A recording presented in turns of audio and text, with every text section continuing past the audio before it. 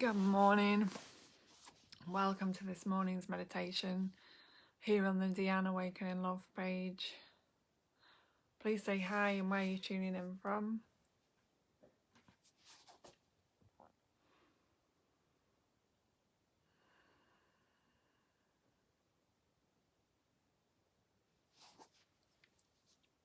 I'm just going to give you all a few moments to get the notification, and if you want to share this, that'd be great. You can share it with your friends, family, and in your groups.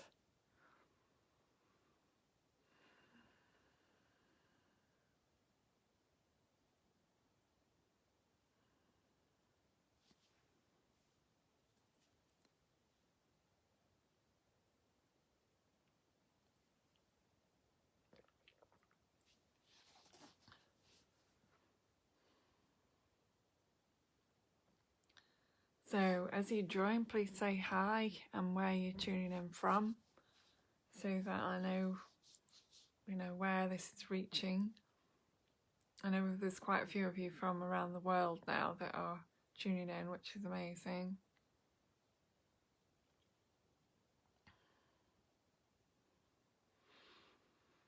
Good morning, Berlin. Nice to see you.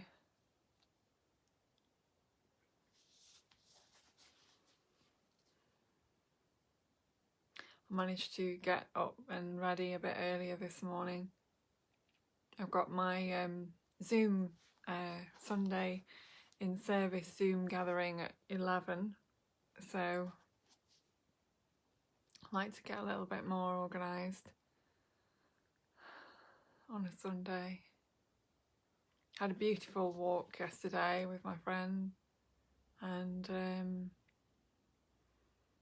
I put some photos on my Deanne Awakening Love page that are quite funny. You might find them entertaining if you haven't already seen them. We had fun taking them.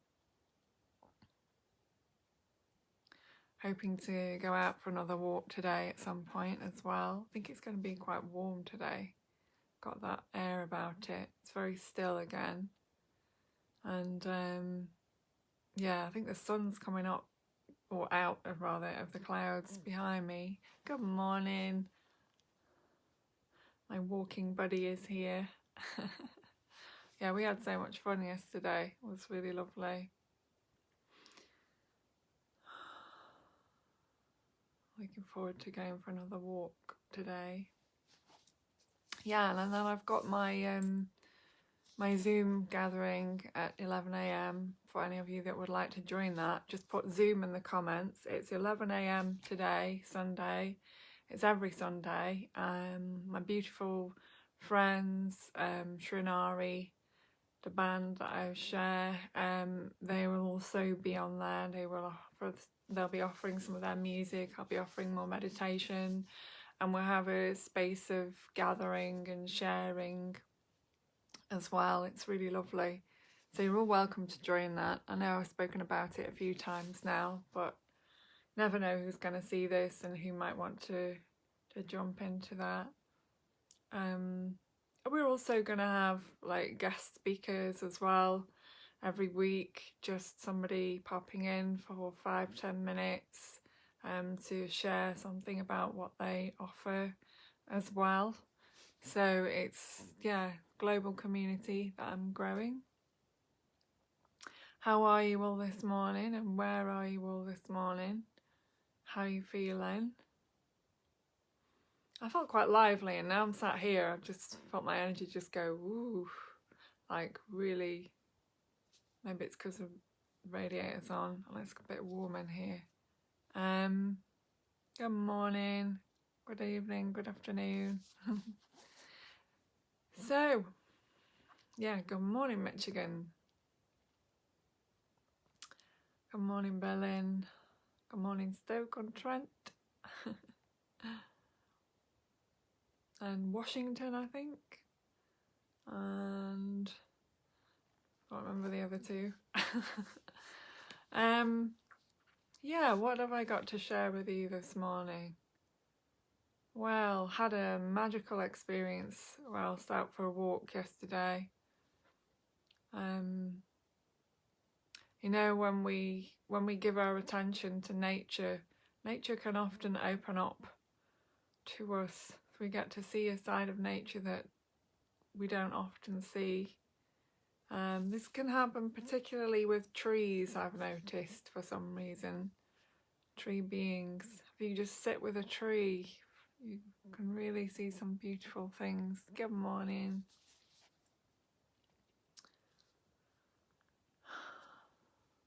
Yeah, if any of you've got any questions for me, as usual, the space is open for questions and sharing. If you haven't, that's all good. But you're very welcome to share anything about what's going on for you.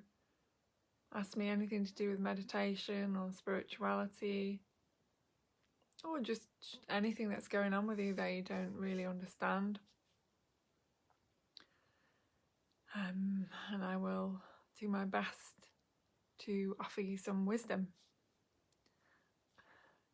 Thanks for the hearts and the likes.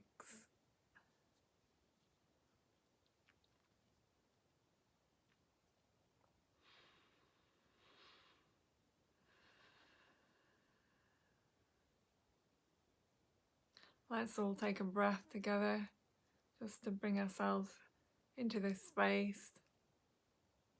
So taking a deep breath now, and you can put your hand in the middle of your chest if you want to connect with your heart.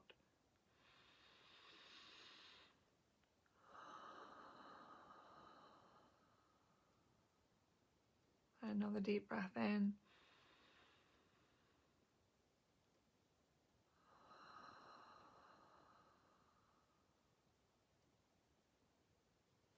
Ooh, auras.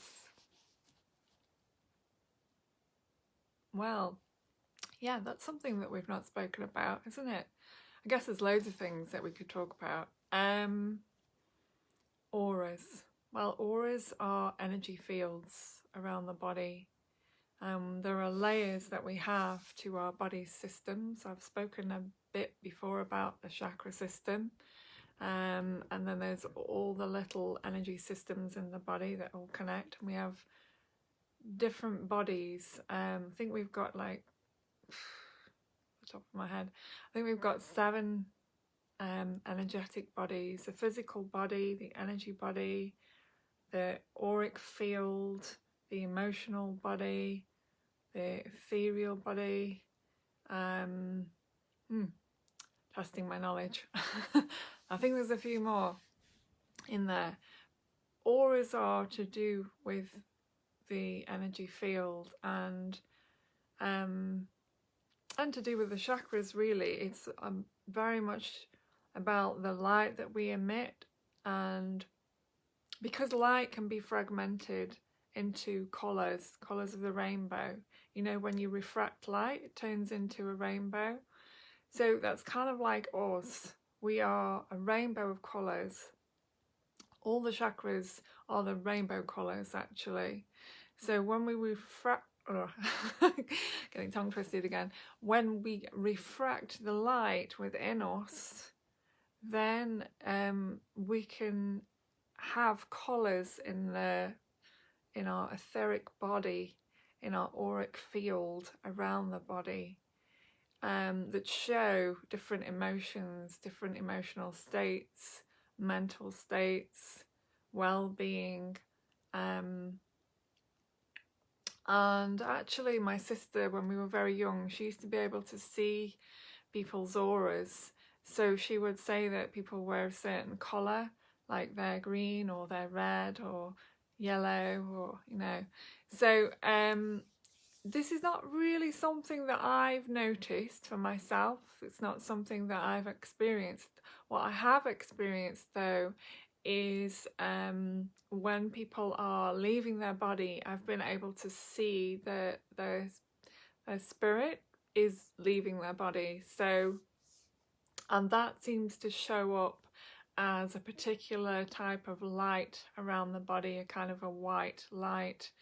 And I've seen that a few times, because quite a few people in my life have actually left their bodies now, family and friends, and I've been able to notice that kind of, and I guess it is an aura, the aura around them, that seems to signify, even although they look well and everything, it just signifies that they are going to leave their body, and that's something that I'm able to see.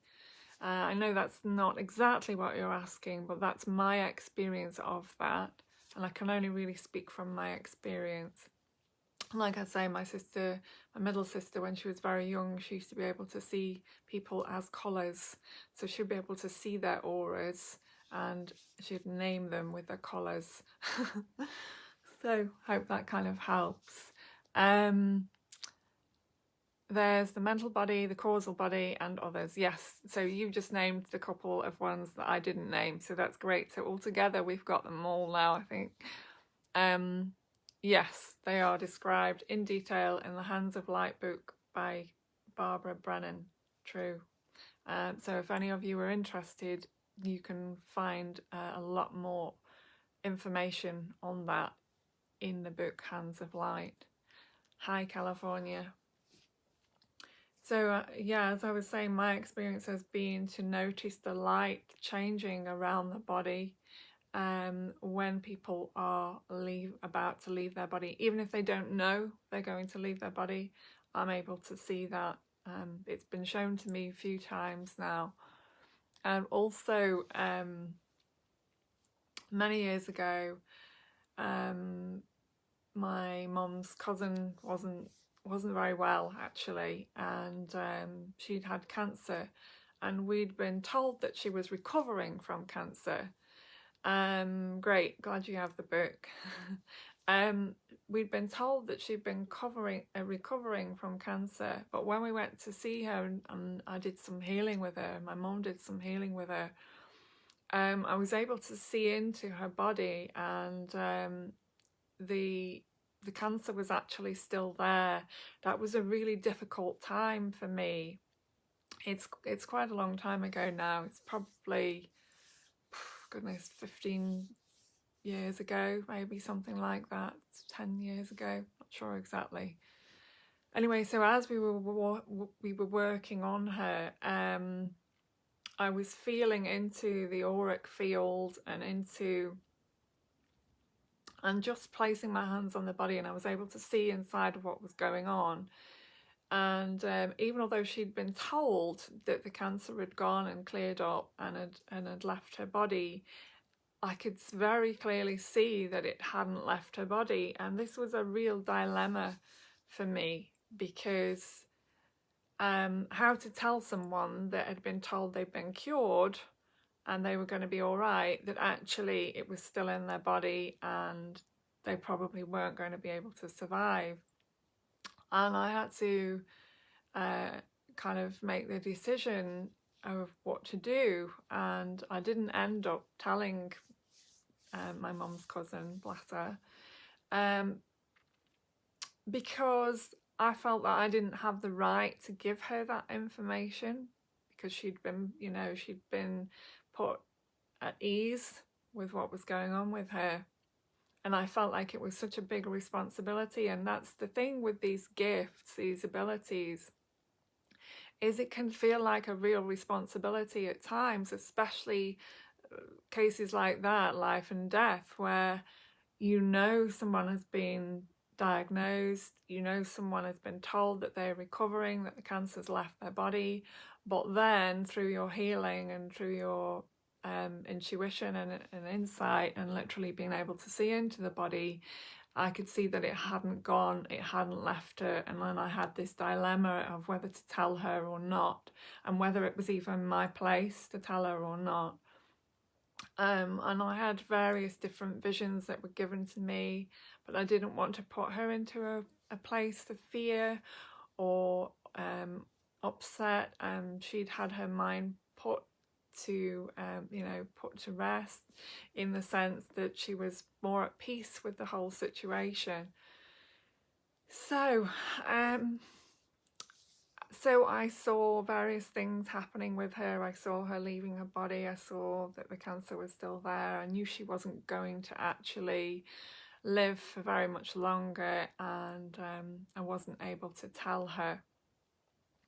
And then what happened was it was really beautiful, because when she was in the hospice, I didn't have a car at that time, and I was using local transport, and I was on the bus, and I heard her call my name. So my mum's cousin from the hospital, which was quite a few miles away, I heard her calling my name, and I thought, wow, okay, somehow really need to go and see her. I wonder where she is. And I wasn't sure where she was. I thought she was probably in the hospice. And then literally after I'd heard her call my name, I got a phone call from my mum saying that her husband had asked if we could both go and visit her in the hospice as soon as possible. Basically, she was leaving her body, and she had managed to telepathically, and I'd been open enough to receive this information, telepathically ask me to go to her. And I was open enough and, you know, aware enough. As many of us have these gifts. I'm not just, you know, I know I'm talking from my perspective, but we all have these gifts in actual fact. It's just whether we use them, whether we tap into them, whether we're aware of them, whether we kind of exercise them, and that doesn't need to be in such a strong way, but just recognizing that when we do have these moments of these intuitive feelings or telepathy or vision, that we take them seriously, that we trust, you know, and because the more we trust, the more those gifts and abilities grow. And I've been experiencing this all of my life pretty much now, from when I was really little. So, and I've listened to it and continue to listen to it, and have had various unusual and beautiful and mind-blowing experiences at times from really tuning into those gifts and sharing them and using them, you know, using them in a wise way as well, using them to help others, using them for beautiful things, to help others, to help heal, to help, yeah, to help generally. So good morning, hello. So when she called me and I was on the bus and I heard her, and then I received this phone call from my mom saying that her husband had phoned us because she'd asked if we could go to the hospice and go and see her. And so I think I went home, and then my mum picked me up, and then we went straight there. And of course she was going to be leaving her body, and it was very, very clear. I had that very clear sense that she was leaving her body, and she kissed me, and it was just so beautiful. She said goodbye to me and she thanked me, and I felt so honoured to have been there with her at that time.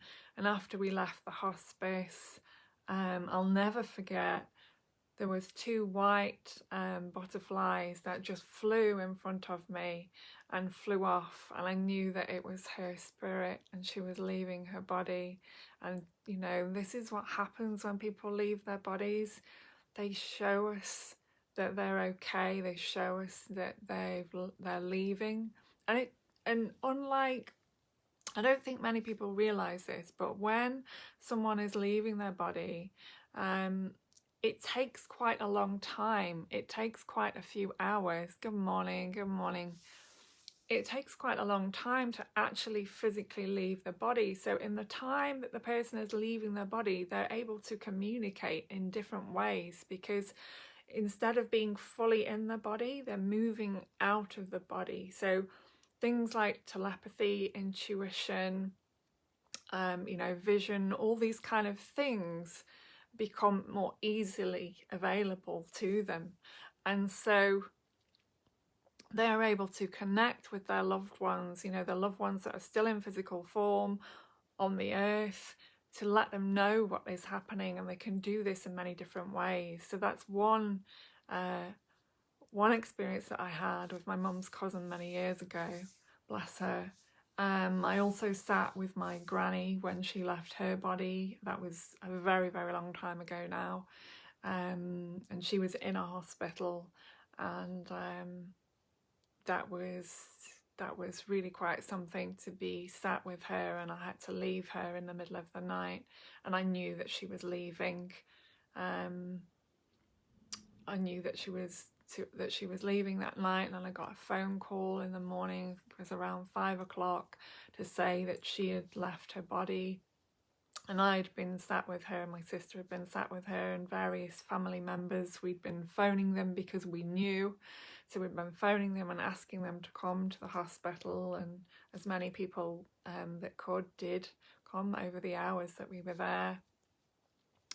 And there are lots of others, and a friend of mine who, bless him, he was run over when he was 32, and this is going back a long time ago now.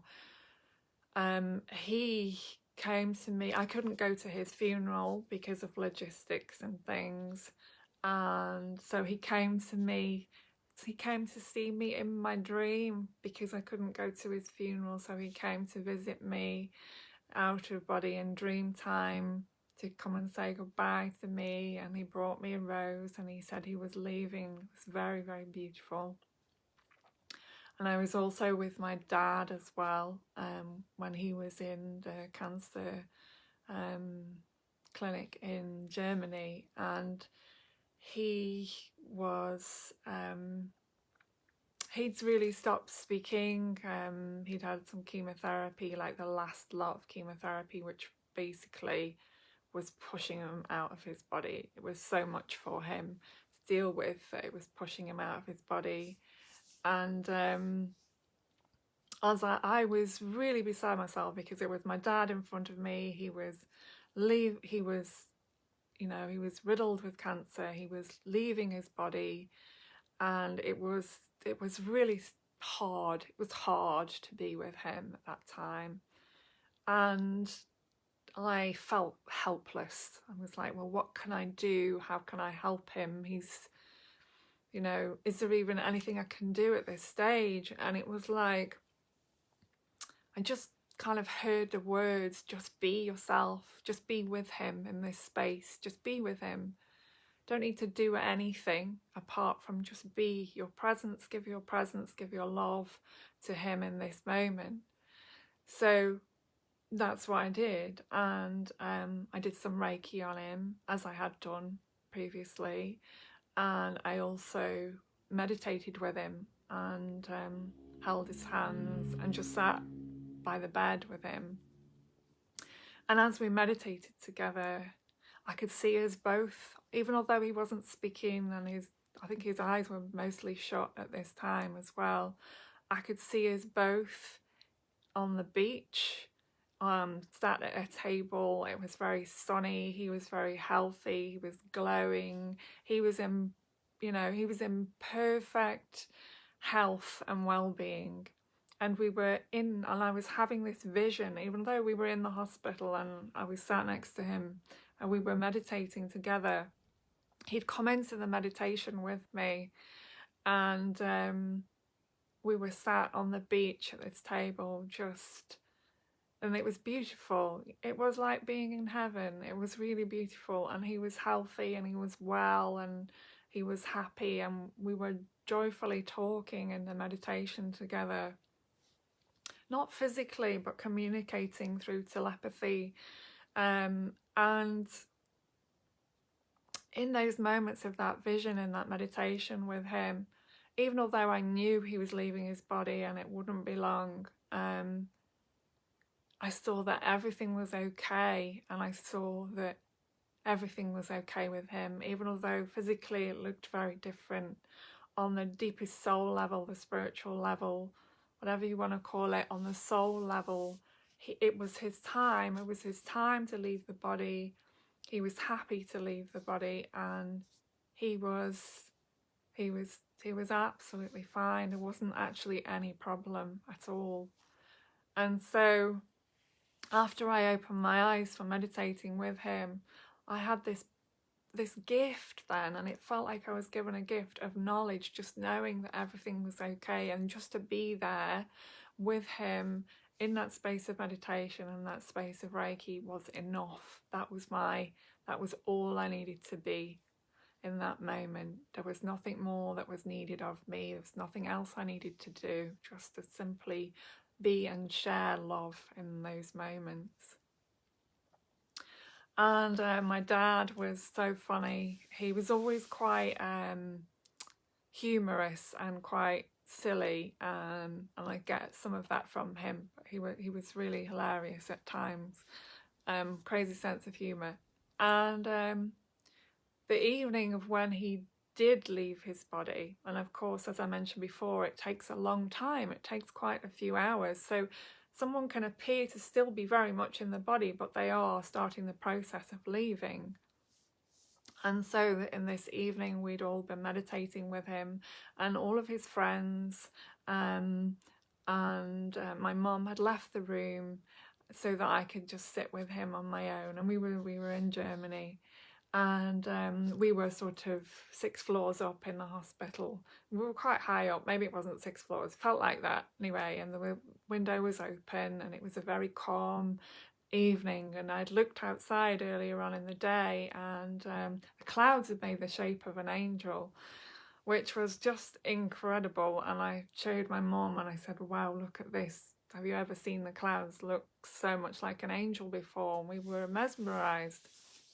Anyway, coming back to that evening, but at this point he wasn't talking, he wasn't moving, his eyes were completely shut, he wasn't communicating in any way outside, you know.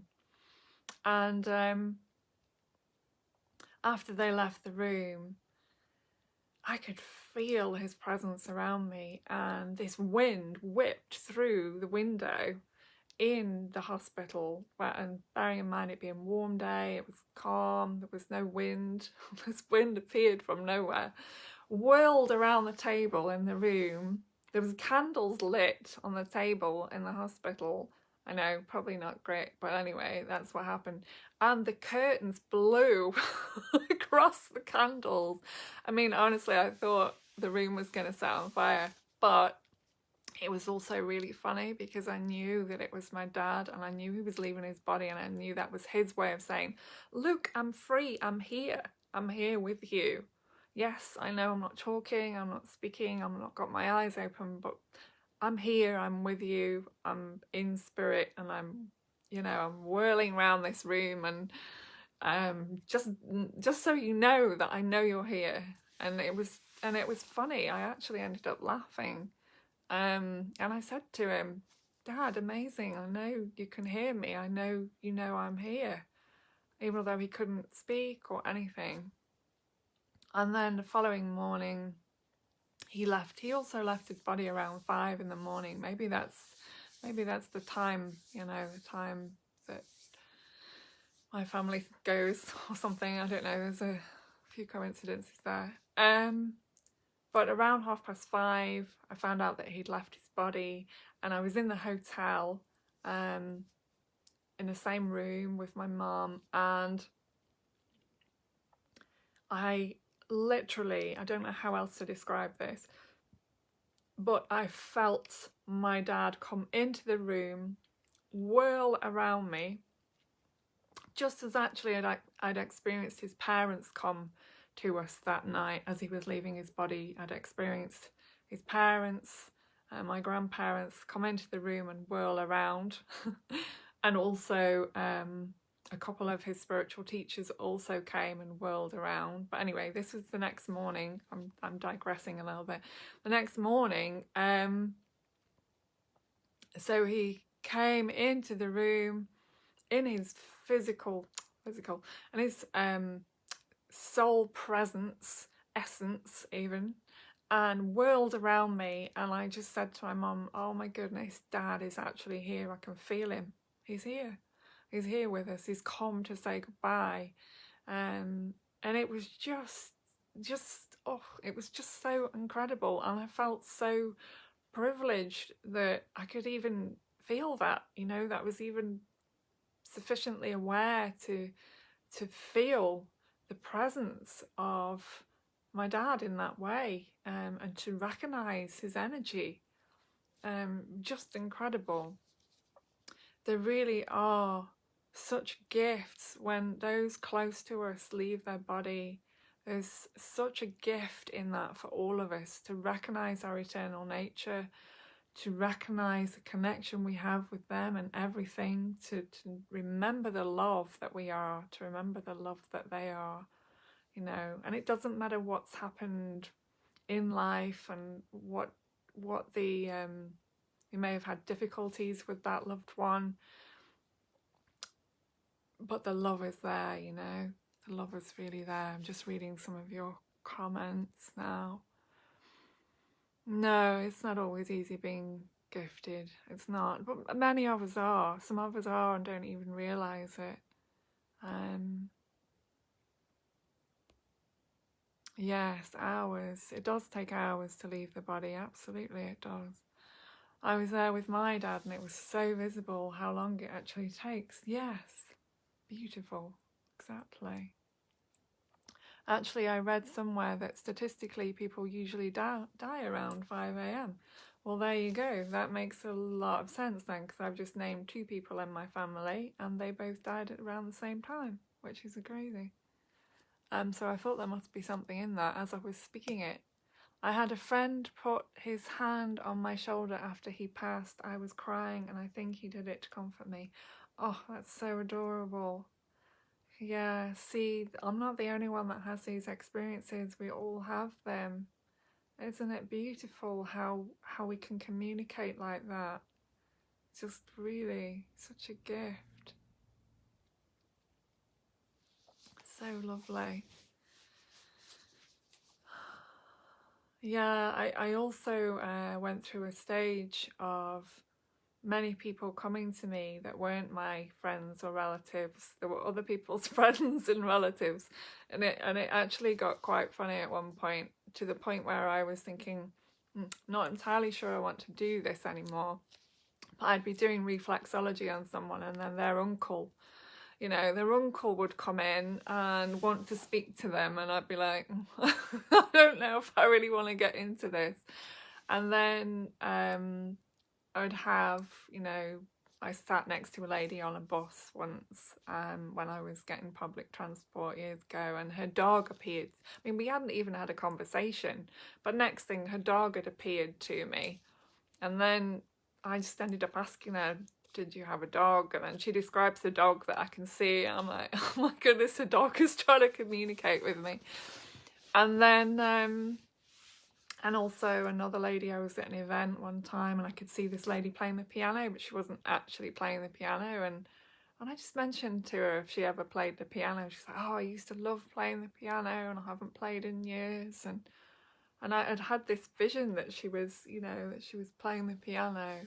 And I had loads of things like that over the years. But it got a bit too much. It got to the point where I said, actually, no, I don't really want to be continuously bombarded with messages from people who have left their bodies.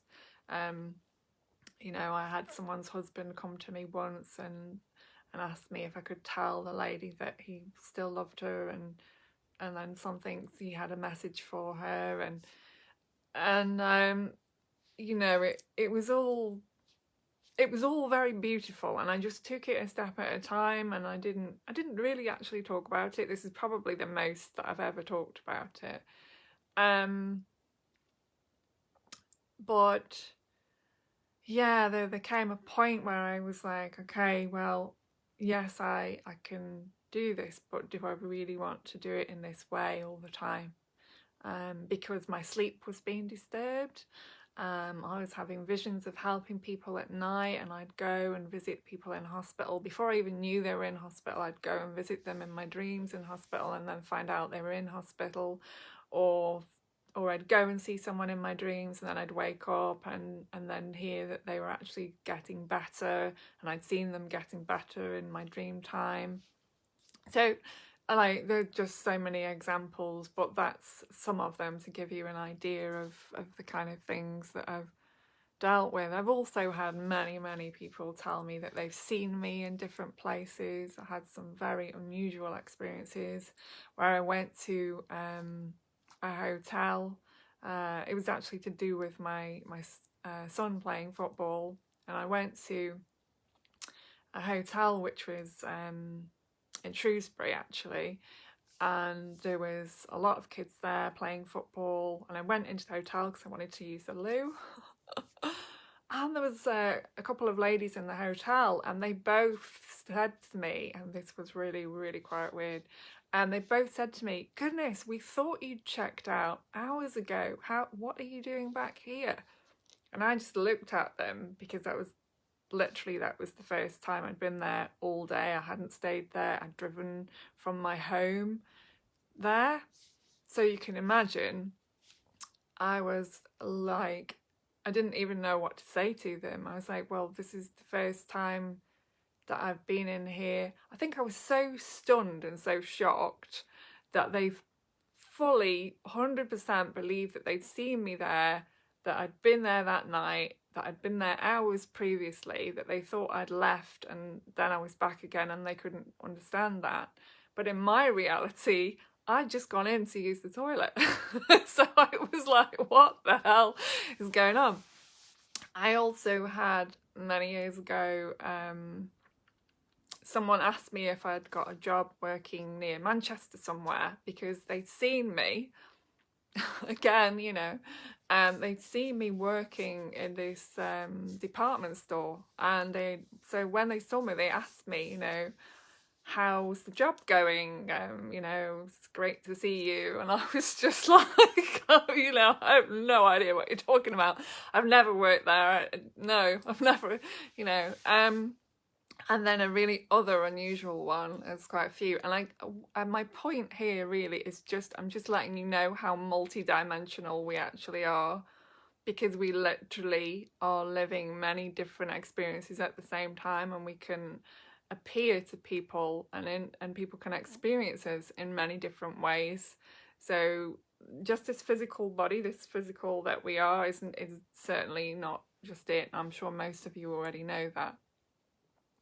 Again, I haven't actually shared all this in this way, so this is new for me. The other thing that happened was that I went to get some beauty products many years ago again, and I'd been into the same department store. I think it's shut now actually. Been into the same department store, and I kind of had spoken to the lady that worked there and another friend of mine that worked there, and she said to me, "Oh, how did you enjoy the party last night? It was great to see you." And I was like, oh my God. And she fully believed that I was at her party the evening before. I mean, she never even invited me, as far as I was aware. So she saw me at her party. Apparently she'd spoken to me. I looked like I was having a good time, and yet I had not been to this party. I didn't even know any of her friends. So, and you know, it's kind of like when someone says that to you and they fully believe it, and you know that you weren't there, it's a very unusual set of circumstances, because you just don't know what to say, because as far as they're concerned, you were in their reality whenever. As far as you know, you were never there. So it's like, okay, so what actually happened? I also had people contact me on Facebook years ago and say, you know, they'd see me walking on a beach in India. Was I in India? Could they come and see me? And I was like, no, I'm not in India. I'm actually in the UK. And yeah, and that I'd appeared in their dreams. And because I'd appeared in their dreams, they wanted to contact me. Or they felt that they needed to talk to me about something. And yeah, just so many, you know, just loads of things like that over the years.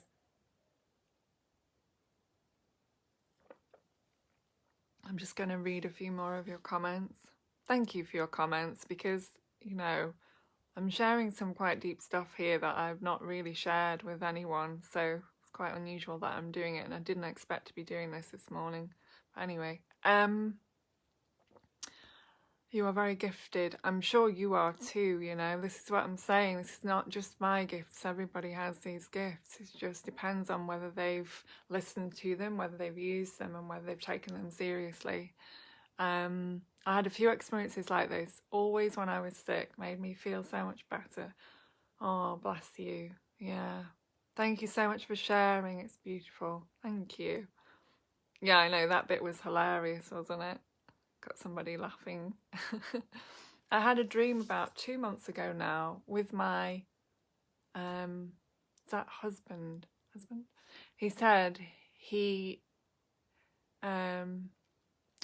goes anywhere in the next I can't understand. I'm trying to read what you've said there.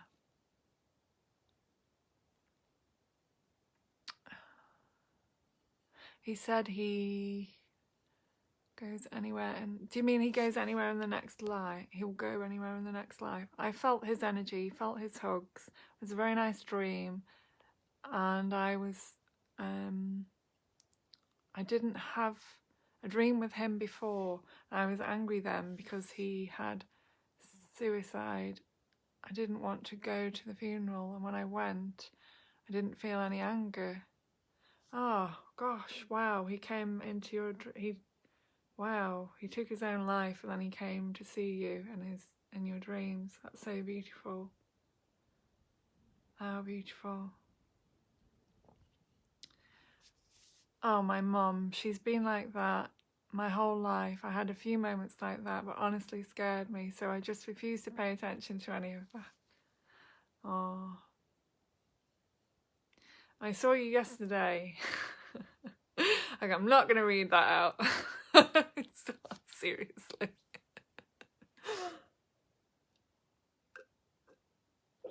Uh-huh.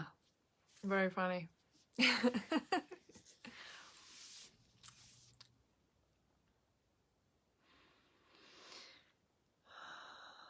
Yeah, so these opportunities, these sharings, these situations, these occurrences show us our multi-dimensional selves, the very many realities that we are all experiencing, and the possibilities for our soul, for life, for our experience.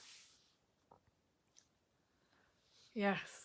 Maybe one day you will have courage. Well, now you have courage.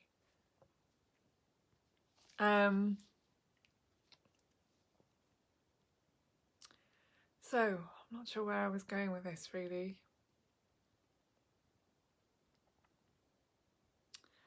I guess,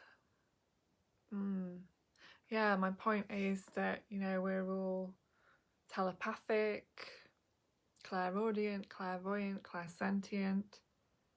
Are there any I've forgotten?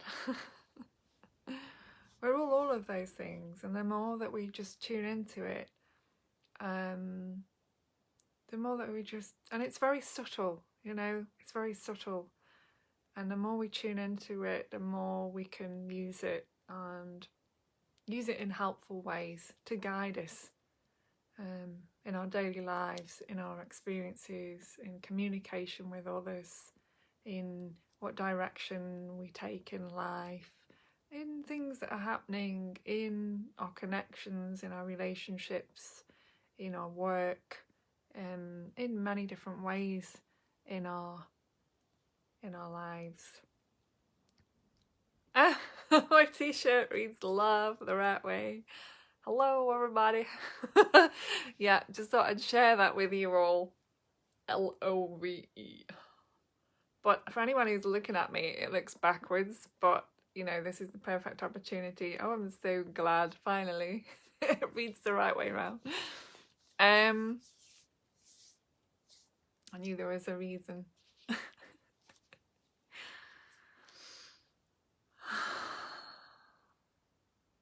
So anyone have any questions for me on any of that I've just shared that I fully was not expecting to share this morning?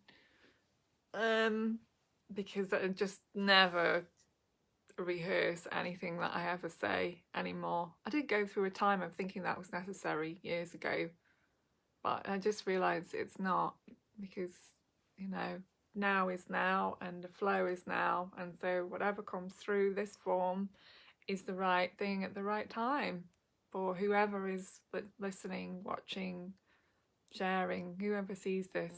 And even if you're watching it on the replay, this is for you. This is for you. This message is for you. There are messages in here, there are insights in here that are for you, for your understanding, for your growth, for your expansion.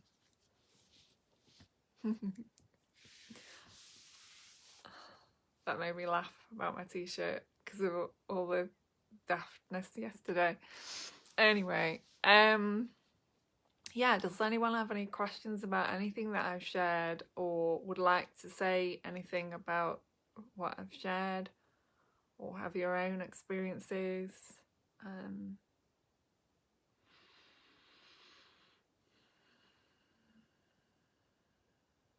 I think it's just about remaining in awareness, you know.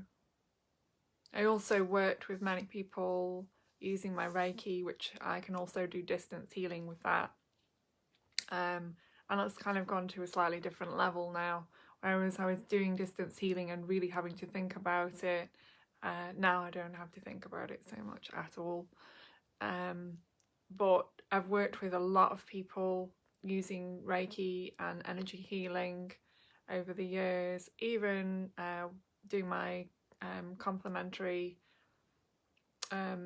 therapies foundation degree and working on people's bodies, which I could do before, but it always seems to help if you've got a piece of paper to say that you're qualified in doing that, because I could always feel where people needed adjusting and feel the tension in their body and feel the knots or the pain, and often would get insights into what they were doing in their lives, how they were eating. I'd see a vision of something going on with them, or, you know, I was able to tell one lady that worked with me that she was going to have a baby, and she wasn't pregnant at that time, but she did have a little girl who's now much older, little girl, and help people in different ways to see different things that were going on with them emotionally, mentally, spiritually, physically, and to share insights with them about their lives, and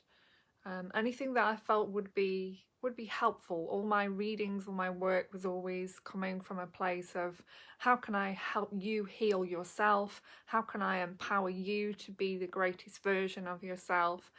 How can I give you the tools so that you're not reliant on me, but so that you have the tools that will help you move through your own life from a place of strength, power, grace, love, presence, healing.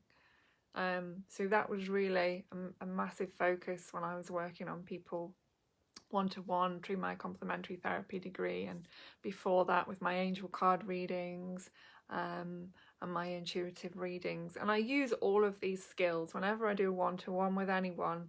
I always use all of these skills and abilities that I've been gifted, and I'm so grateful for them, to help someone in the best way that I can at that time. What is Reiki? Great question.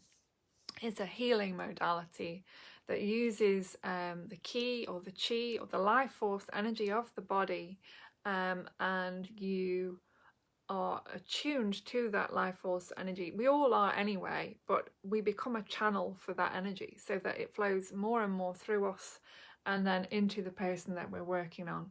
And then I'm a Reiki master, technically a Reiki master, so I can send Reiki all over the place. There's no time or space where my work is concerned. You know, it's as if you're in the room. It's like when I do my one-to-ones, doesn't matter whether you're miles away on Zoom or Skype, I can work with you one-to-one and bring you into that place of presence through that. Some of you already know that because you've experienced it. The energy and light in hands that heal. Yes, beautiful. Yeah, and I've worked with many people who had cancer. Now, I can't say that I made them recover, because I would never say that, but they recovered. So yeah, I've worked with people who have been diagnosed with cancer, and then they've healed after I've worked with them. But again, I would never say that I've healed them. What I've more than likely done is held the space for them to actually heal themselves from whatever it was that was causing the dis-ease in the body, or the dis-ease in the mind. So brought them into a deep space of healing and meditation so that the body can heal. Really long distance, yes, long distance, very long distance, because our soul knows no time and no space. We are eternal beings. So when you learn Reiki, or and you don't learn to do that straight away, it's a process. Reiki 1, Reiki 2 and Reiki 3. And I started my Reiki journey in 1996. I did my Reiki 1. 1997 I did my Reiki 2, and 2007 I did my Reiki Masters. So I had a 10-year gap between my 1 and 2 and my Masters, so that I could, because people kept asking me, oh, when are you going to do your Masters? And I wasn't ready. I didn't feel ready. I didn't want to rush it. I wasn't like, oh, I'm going to do my Reiki in a weekend. That was never even a consideration. You can do that now, but I totally don't recommend it at all. I think people need to have a year or so in between their Reiki 1 and their Reiki 2 and the Reiki Masters, to give time for the body to adjust your energy systems, to also heal through, because as the energy comes through you go through a process of your own healing and integration to become a bigger channel, so that you can move that energy into and helping others. Hope that explains a bit about what Reiki is. Yeah, and as I was saying, long distance, so there's no time or space. So if you're here, or wherever you are in the world, then the energy, through my intention and through working with the energies, I can send that directly to you wherever you are at any time or day. And I am offering that, as I also offer my darshan as well, through that kind of way. And people are skeptical, which I understand, but actually it makes perfect sense when you know that we're a soul and we're eternal and there's no time or space. Obviously, energy can travel, of course. Well, mindset matters, so that can be a huge part getting better. Absolutely. Often the mindset is what caused the dis-ease in the first place. Yes, I know what you mean. I just didn't know the word for it. Ah, okay. Great. Yeah, so long distance healing, distance healing, really. So that was my, I've spoken about my journey of healing when I was very young in one of the other videos, about how I used to heal my mum's back and how I could attune with bodies and people and energies and things. And I would always know if someone didn't have the best intentions. And then, yes, I kind of fine-tuned these things as I learned various healing modalities, and also through my own experience of working with people, being around people, and at times having visions of things, which I still have now.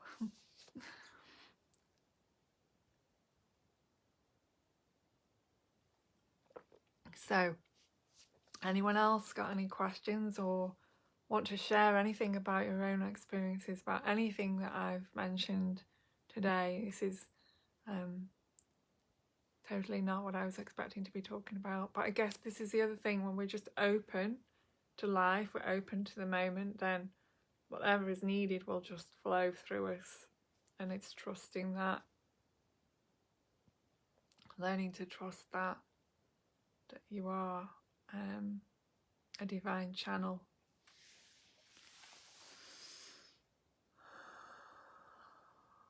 Divine channel for healing love. Which is why, I called my business Awakening Love, because it's all about awakening the love that you are, awakening to the love, awakening the love, awakening.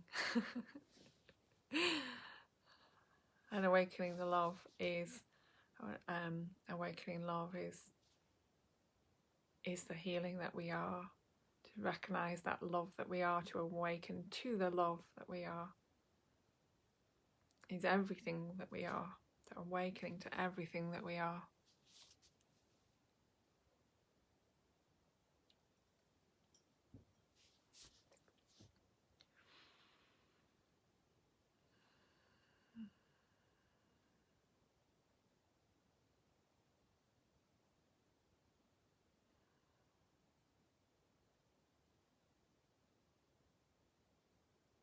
Beautiful. Yeah, we're all born with all these gifts and abilities. They're actually very natural to us, very natural, very natural to all of us. But they kind of get, we get told, don't do this, don't do that, or don't think this way, or that's silly, or whatever you may have been told by people around you. So you go, okay, I won't accept that part of myself then, because they don't think that's acceptable, and that's not acceptable. And then we become this much smaller version of what we truly are. We make ourselves small, so we negate our abilities, we negate these natural gifts that we have, these natural abilities that we have.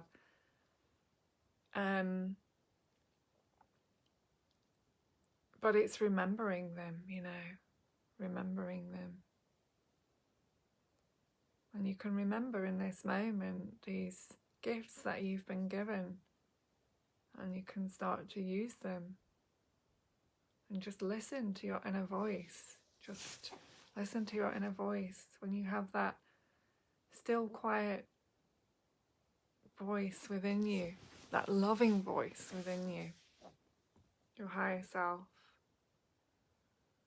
listen to it, trust it. Very beautiful experiences, loved hearing about them all. Thank you. I'm sure there's more to share, but that's all I can remember right now. When I was young, it was scary. Yes, it can be for some people, but I think that's to do with our conditioning, what we've been taught, really. A lot of people look down on stuff like this. Sometimes I feel like I don't fit in. Bless you. Well, you have to question why they look down on it. I mean, if you can use your abilities to help others, then I don't see a problem at all. Trust yourself, and have faith in yourself. You've been given those for a reason, so trust that. Just trust that. God doesn't make mistakes. Oh.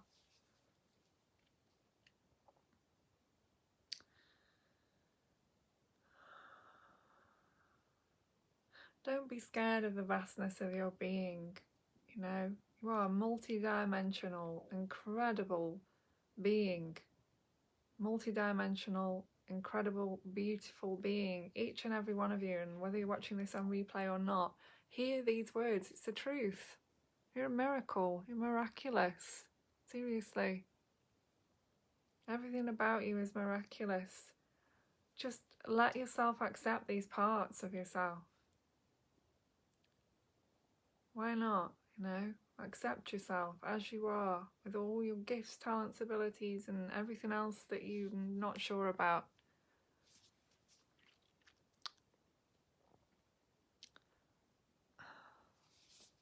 You're sweet too. You're all sweet.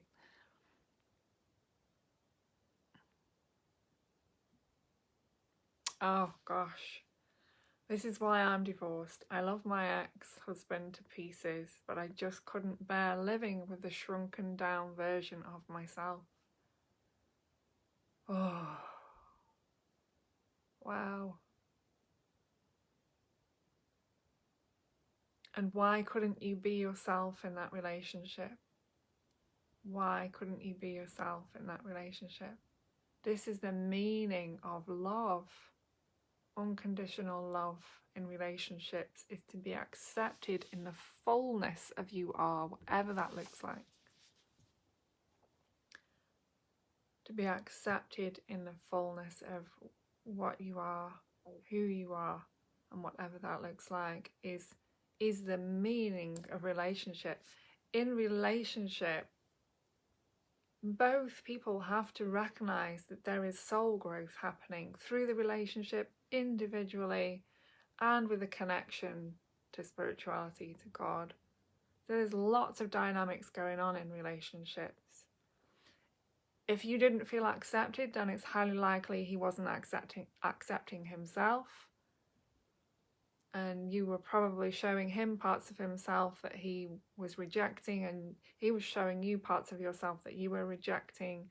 And it takes a lot of consciousness and awareness in those situations to say, you're showing me something I need to see, I'm showing you something you need to see. We are here together, connected, and I'm going to accept you in the fullness of who you are and what you are, and I need you to accept me in the fullness of what I am and who I am. That's true relationship. Difficult. I wasn't accepted. He was raised that way. Wasn't doing that intentionally. He loves me still. But he couldn't see it. Yeah. Goodness.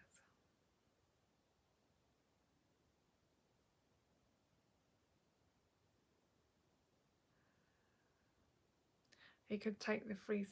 do you mean he couldn't take the free spirit in you? Couldn't understand the free spirit in you, but we're all free. This is the problem with marriage. This is the only problem with marriage. Actually, no, there probably are others. I'm not saying marriage is a bad idea. I don't believe it is a bad idea. But if you get married to someone and then you believe that you own that person, or they believe that they own you, or that they can control you in any way, or that you're not free because you're with them, then they are delusional. Because you're always a free being, whether you're in a relationship, in a marriage or not. And it's unfair in marriage for someone to then believe that you are their property. That is the point where everything in marriage goes wrong, essentially. As soon as you believe that someone is your property, or they believe you are their property, then you miss the point of the union and the growth together. Because then it becomes, instead of love, it's all about control. And the two things are not the same thing. You can love someone in their freedom, and that's true love. You can love someone in their freedom. When you want to control someone, it's not love. It's something else, actually.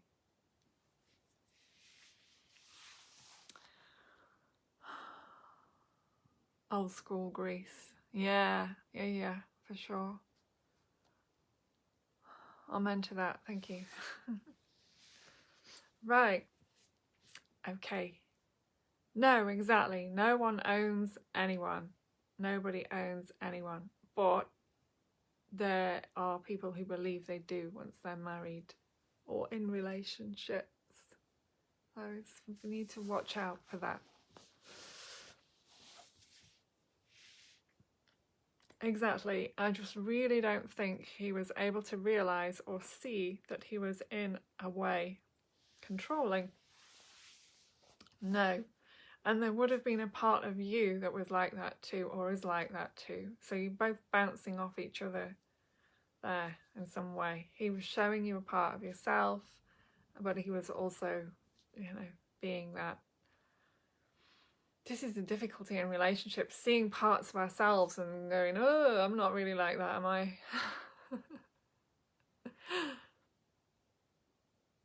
But we're all of it to varying degrees, We have varying degrees of these things, all to do with the conditioning, expectations, experiences.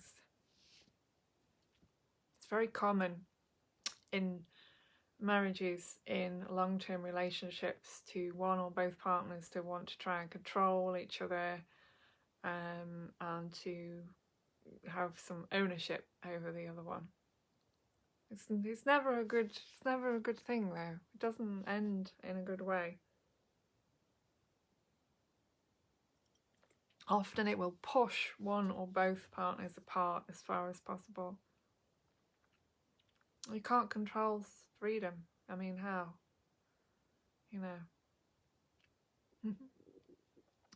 We were together for 13 years. Actually took me 10 years to realise I feel trapped. Men feel we are part of the furniture after years and just want to use us. Okay, I'm not men bashing here. There are some fabulous, incredible, amazing men. There are some amazing men, some beautiful, caring, nurturing, protecting, amazing men in the world. And often the ones that struggle with these things are hurt. They've been hurt. And so depending on where their hurts are is how they act out. So, yeah.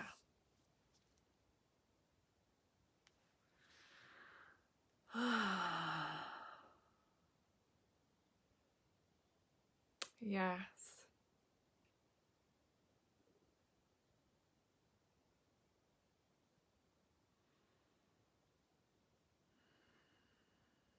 Yes to the beautiful men in the world. Yes to the amazing men, to the protectors, the guarders, the guiders, the ones that are there for us, that take care of us, that support us. And yes to all the nurturing, beautiful, amazing women who are, loving and caring towards their partners. There's so much potential for relationships. So much growth is possible. But often when it gets sticky, that's when people can't work through it. Sometimes we're just not meant to work through it, of course. People come into our lives for different amounts of time to show us things, to teach us things, and then they move out of our experience again. Some we wish would stay longer. Some we wish to be with and we can't be. It's all as it's supposed to be. Nothing will ever pass us by. I said this yesterday. Nothing will ever pass us by that's for us. So we trust that, We trust that. Yes, we've all got our learning journeys to go on, and sometimes that's together and sometimes that's separately, and then we come back together, or we don't come back together and we meet other partners, and then they have had their journey and we've had our journey, and we are more integrated within ourselves, so we attract another who is more integrated within themselves, or who can express themselves more fully to us. It's never ending unraveling,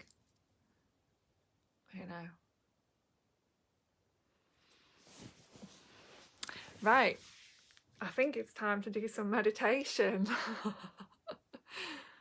What do you think? I think we should. This has been a beautiful, open sharing with you all. Thank you for your questions and your comments and everything. So get yourselves comfortable wherever you are. If it's late where you are, you can lie down, put your headphones on, go into another room if you need to, call in any family members that you want to meditate with. Please share this on your timelines, on your platforms, share it wherever you want to share it, and that's okay. Some are, some aren't. Like I say, I'm not into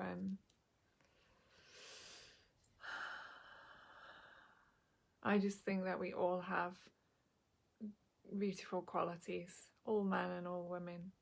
And we also have our hurts, we also have our trauma, we also have our triggerings, and we also have our challenges and our difficulties. And depending on the varying degrees of those things is how we show up in the world, how we show up in our relationships with ourselves, primarily with ourselves, in our relationships with each other, in our communities, and in the world.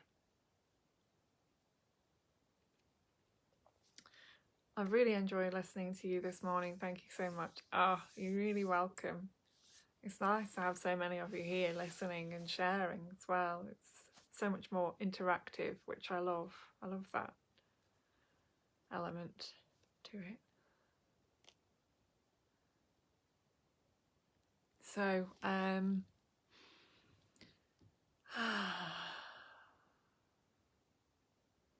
maybe let's have a little inner journey today. I'm going to bring you in to meet your divine masculine. Let's do that. Something I really didn't expect to be doing, but there you go. So taking a deep breath in and breathing out, and another breath in and breathing out. So I'd like you to put your left hand on your right shoulder and your right hand on your left shoulder, and just connect. This position is connecting you with your divine masculine and your divine feminine, because each side of the body represents the masculine and the feminine. And when you have your hand on the right and your hand on the left, you are integrating divine feminine and masculine in the body, and you are holding the divine feminine and masculine in the body. And so you are loving the divine masculine and feminine in the body.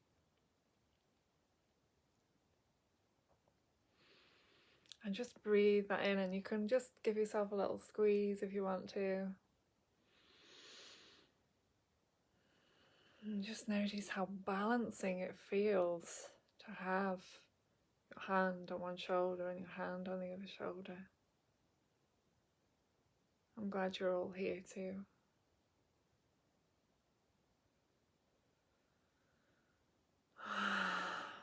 And just breathe.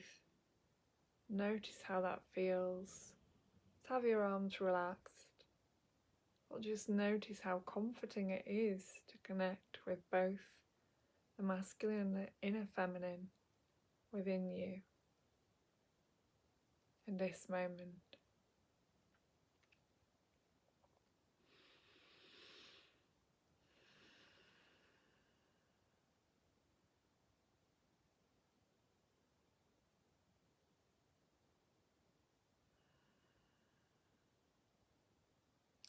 And just releasing your hands.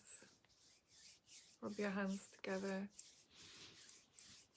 Get the chi flowing, energy flowing, life force energy flowing.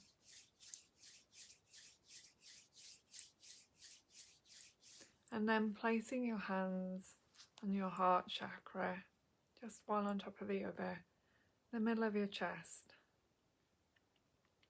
You can close your eyes now. And just breathe in that chi, that life force energy in the heart chakra.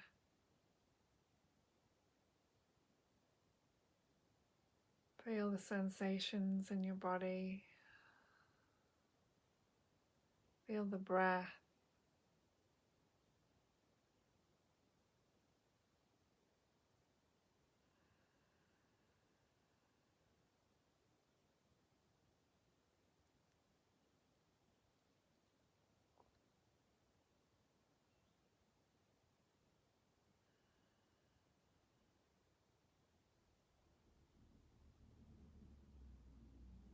I'd just like you quietly within your own being to ask to meet your divine feminine or your divine masculine. If you're a woman, then ask to meet your divine masculine. If you're a man, then ask to meet your divine feminine. In this meditation,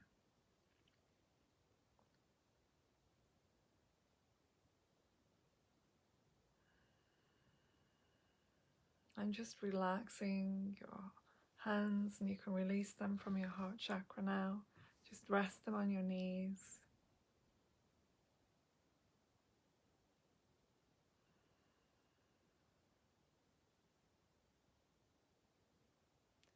And just see in front of you a beautiful golden staircase. And it's full of flowers and carvings, and there's a golden handrail. The staircase is golden marble, white and gold, and it's leading up. So I'm asking you now to walk towards the staircase and to place your feet on each step, walking slowly and purposefully up the steps, and with each step relaxing more and more, allowing the breath to come into its own rhythm, feeling peaceful, feeling relaxed, feeling loved. And as you move up the staircase, feeling the sensation of the cool marble below your feet.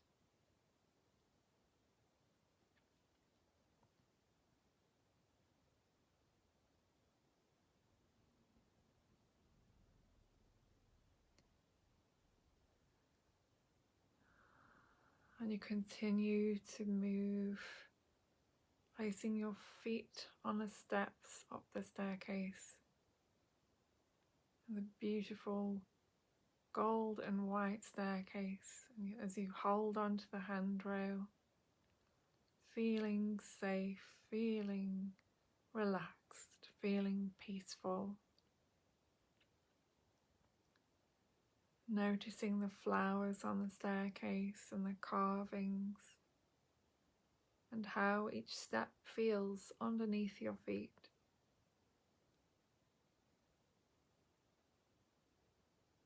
And as you reach the top of the staircase, you find yourself in a beautiful garden,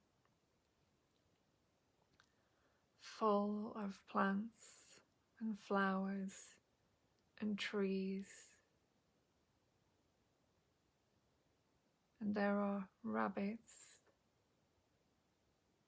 moving between the grass and the plants and the flowers, and the birds are singing a beautiful sweet song. You can hear the wind rustling around the trees.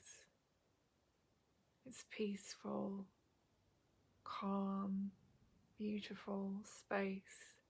You are safe. You are protected. And just in front of you appears from the sky a beautiful golden angel. And this golden angel is here to help you meet your divine masculine. And she is your soul guide for this purpose. She's always with you. She's always guarding you and protecting you. And she is from the highest divine light. You can see her huge golden wings. And she's dressed in white. Beautiful golden hair. Her eyes sparkling with love. She loves you unconditionally. And you ask her to help you to meet your divine masculine or your divine feminine.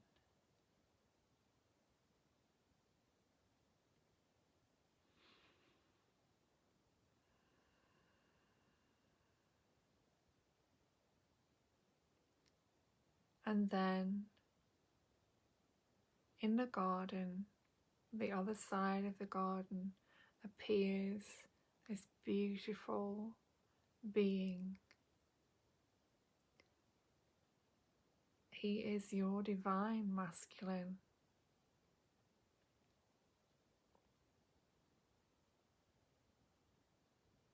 Just notice him.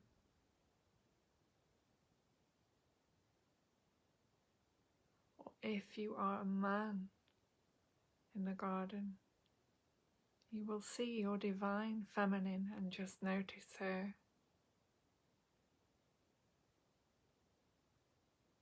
Notice his hair, his skin, his smile, his eyes.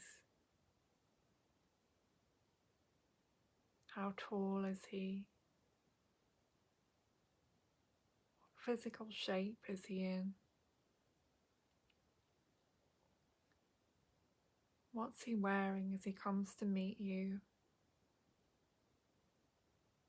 Maybe he has a gift for you, something that he would like to offer you. He's so happy that you are here.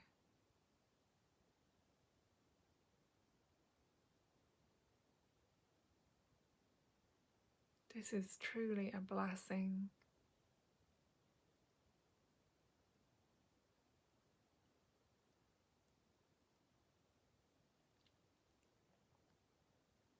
Notice his hair, his face, his features. Notice how you feel as you meet him.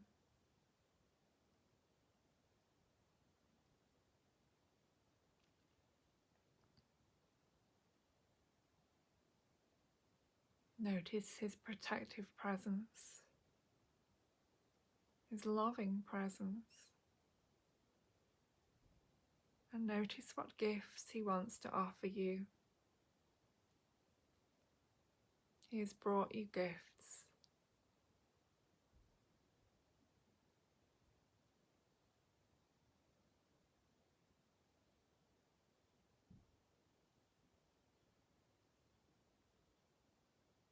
And your angel wants to speak to you both. And she says, I'm so happy you are both here.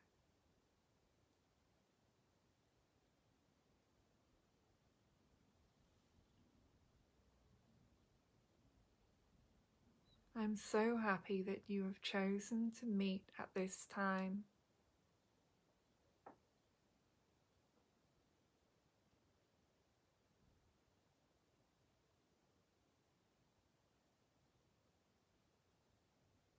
And she asks you to make a commitment to each other.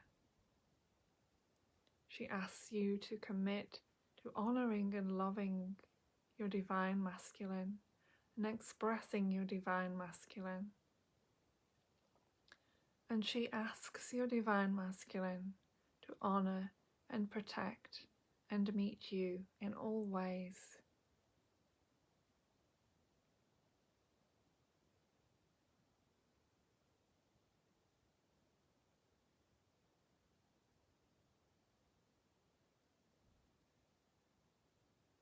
She reminds you that your bond is strong and that you must remember each other. In your remembering, you are whole, holy.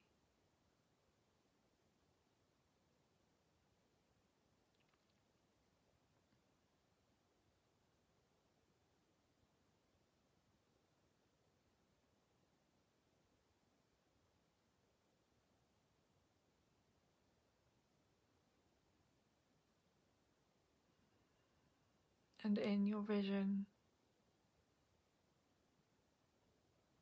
you merge with your divine masculine or your divine feminine, and you become as one. You integrate all the parts of him within you, and he integrates all the parts of your divine feminine within you, so that you can fully come to know yourself and love yourself and accept yourself.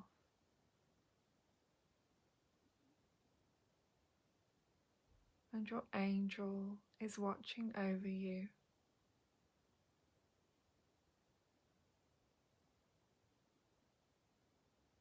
As you become your sacred self in union with your divine masculine or your divine feminine, knowing that through this union your life will be full, fully expressed,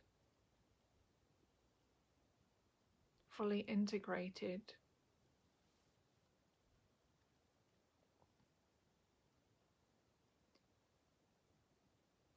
and lived in deep love.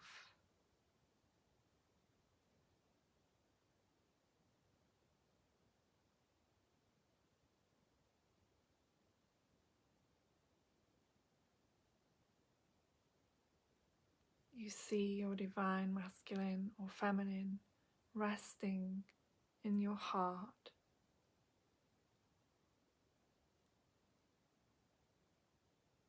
You see that they are always with you, always will be with you.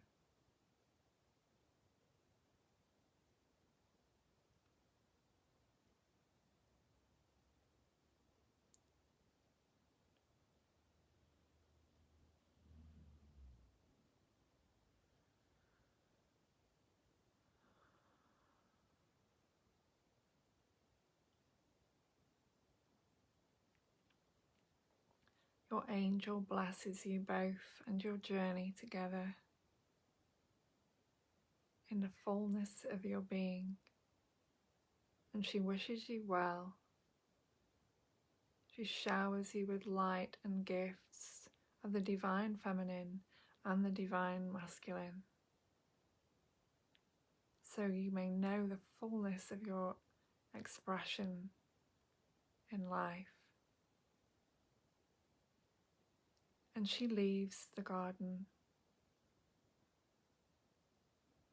You notice how you feel, so peaceful, so integrated, so blissful.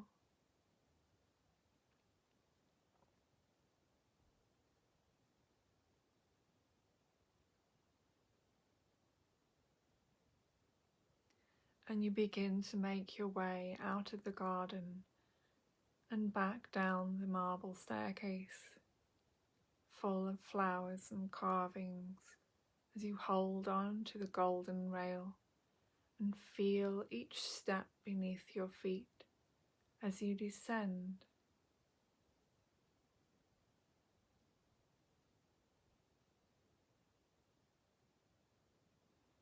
Taking a step at a time, feeling fully connected with your deepest being, your true self, your whole self.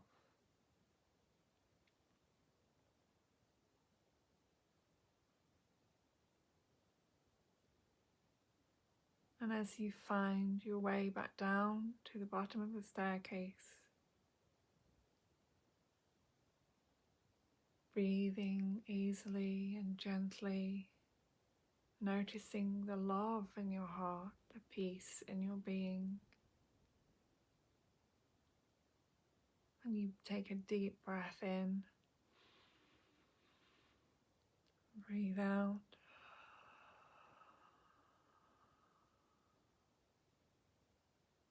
As you find yourself at the bottom of the staircase, and gently, slowly, in your own time, begin to open your eyes.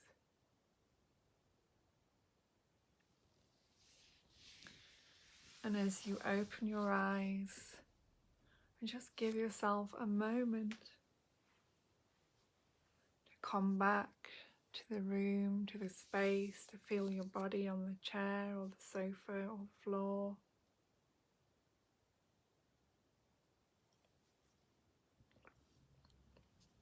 Wherever you are right now.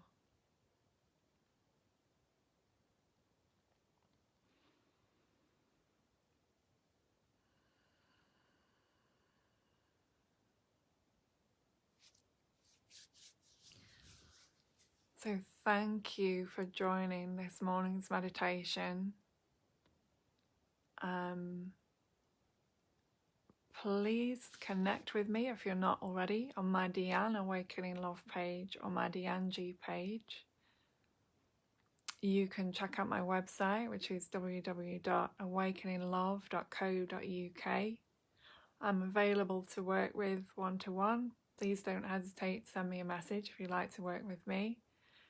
If you would like to send me a donation, then please put PayPal in the comments below this video, or you can private message me and I will send you details to make a donation. I deeply appreciate that because every little helps, as I'm sure you know. And thank you so much for being here. So much love to you all. Many blessings. Have a blessed day, blessed afternoon, blessed evening. Enjoy the integration of the masculine and feminine. You're going to have a very interesting day now. Drink plenty of water. Stay relaxed. Give yourself some space today to just heal. And if you can, get out in nature. I fully recommend that you get out in nature today and just sit with nature and feel the integration that you've experienced. I will put my PayPal at the top of this as it goes onto my page after the live finishes. I can also put it in the comments. For any of you that want to make a donation, just put PayPal in the comments and I will post my PayPal information underneath. Thank you so much for being here. See you all again tomorrow at 8 AM British Summertime, London time. Have an amazing day.